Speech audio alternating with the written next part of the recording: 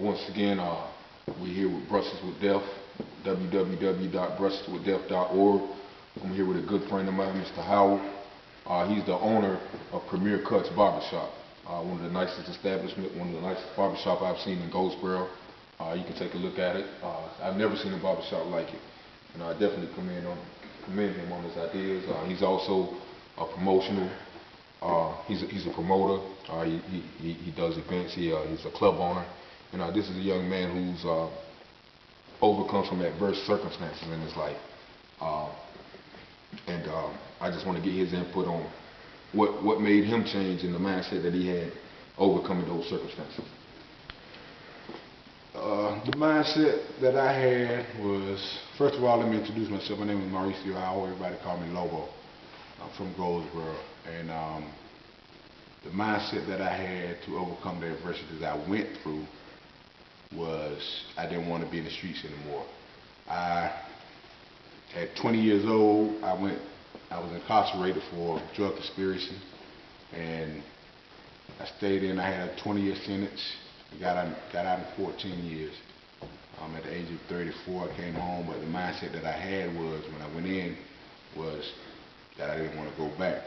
So I took the talent that I had and turned it around to when I got out, I could do my talent.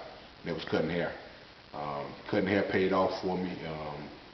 It helped me do other things as far as doing what he said, promoting, doing shows, comedy, whatever. But what really changed my whole mindset was prison. And the nights and the days that I spent in there, I said I didn't want to go back there. I have a son that really, played a part in my life where I said I didn't want to go back. I didn't want to be, want people to be ashamed of me. So I said I got to really do something to stay out here. And this is what I did when I came home. I said I was going to go to barber school, obtain my license, and work in the shop until I can get my own. Everybody want to have their own in a business. I left, I went through 2 barbershops, and I worked on this project for a year. So after that, as far as saving my money, and that's the key, saving your money. Don't splurge, don't try to be on the same type time you was on before. Save my money and put it into this. I had people that believed in me and wanted to see my ideas come to fruition.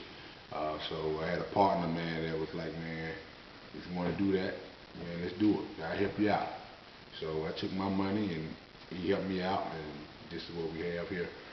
We have other ventures that we're doing now, as far as we got a theater next door that we're getting ready to make an event center. I just leased a spot to have my event as far as comedy or live entertainment. If people want to have parties, I got that now. But all of that came from me cutting hair, because this right here was what I wanted to do when I came out. So this right here paved the way for everything, and and the support from the people. If I didn't have the people here that really saw, the change in me and what I've done, when I came home, I don't believe I'd be here right now. So, and that would motivate me to stay out the streets when people come in and say, I'm proud of you. I'm proud of you, keep doing what you're doing. And so, but. Okay. Well, just one brief question, because I know you got to go. You're a very busy man.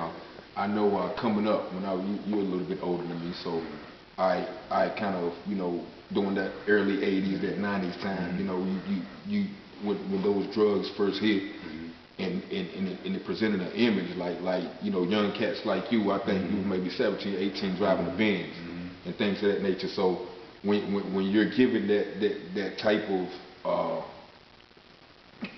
type of wealth and that type of prestige at such an early age, then it pretty much propels you in sort of iconic light.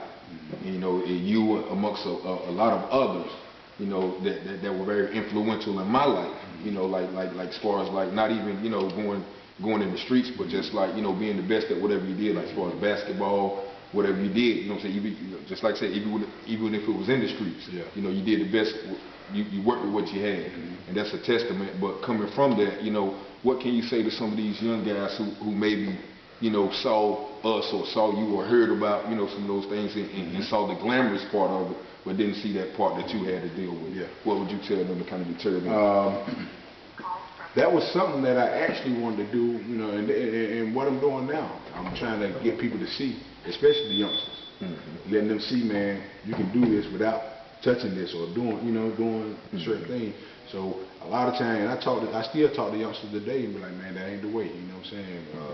You know, I did this without touching nothing, you know? Okay. So my thing to them, man, is, you know, at a young age, while I was doing that, man, I felt like, I didn't feel like I had to do it, but it was something in me where I was like, man, I want to do this so I can have money.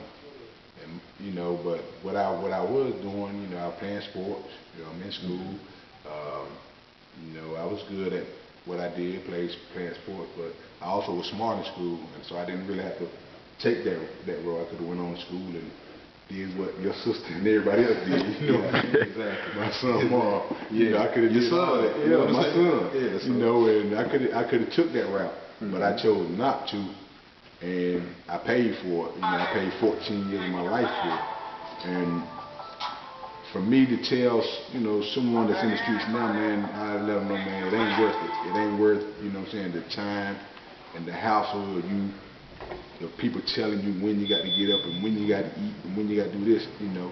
And I got tired of that. So, you know, you still have some that come out and want to go back in. But, you know, from me to them, man, you know, I can't do it. And, you know, like I said, I chose, and it's still a struggle for me. This right here is a struggle. People look at things and be like, man, oh, he doing good, but it ain't like that, you know. You really because in the beginning, you know what I'm saying, you have to really try to build this. You don't make money. And I noticed, like when I was gone, I got the input from an old cellmate of mine. He said, Lobo, he said, it took me 35 years to make my first million.